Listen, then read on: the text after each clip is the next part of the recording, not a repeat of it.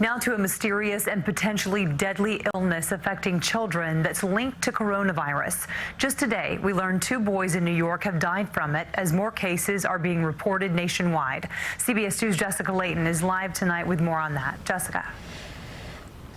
Well, Jessica, this is rare, but it is certainly terrifying for all of us parents who've felt pretty good believing that most children exposed to COVID-19 would recover well.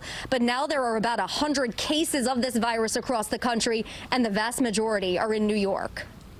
The frightening mystery illness affecting at least 73 kids in New York now has a name: pediatric multi-system inflammatory syndrome. This is every parent's nightmare, right?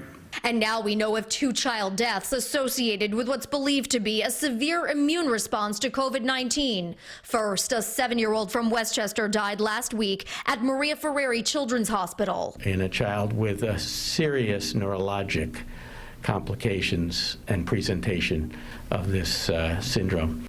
Then Friday, we learned a 5-year-old boy died last night at Mount Sinai Kravis Children's Hospital. The hospital said in part, "We must emphasize that based on what we know thus far, it appears to be a very rare condition."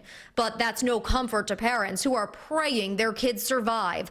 LaGuina Smith's 10-year-old son Joshua has been battling the illness in the ICU of an Illinois hospital for a week. I couldn't imagine my life without my child. Smith herself recently recovered from coronavirus, which doctors say makes sense. Parents or grandparents or others were diagnosed with COVID and were actually on the record as being positive, and apparently the children did not develop symptoms until 2 to 4 days before presenting to the hospital for treatment. Those symptoms are similar to Kawasaki disease and include persistent fever, rash, swollen lymph nodes, and can lead to inflammation of the heart, eyes, mouth, and skin.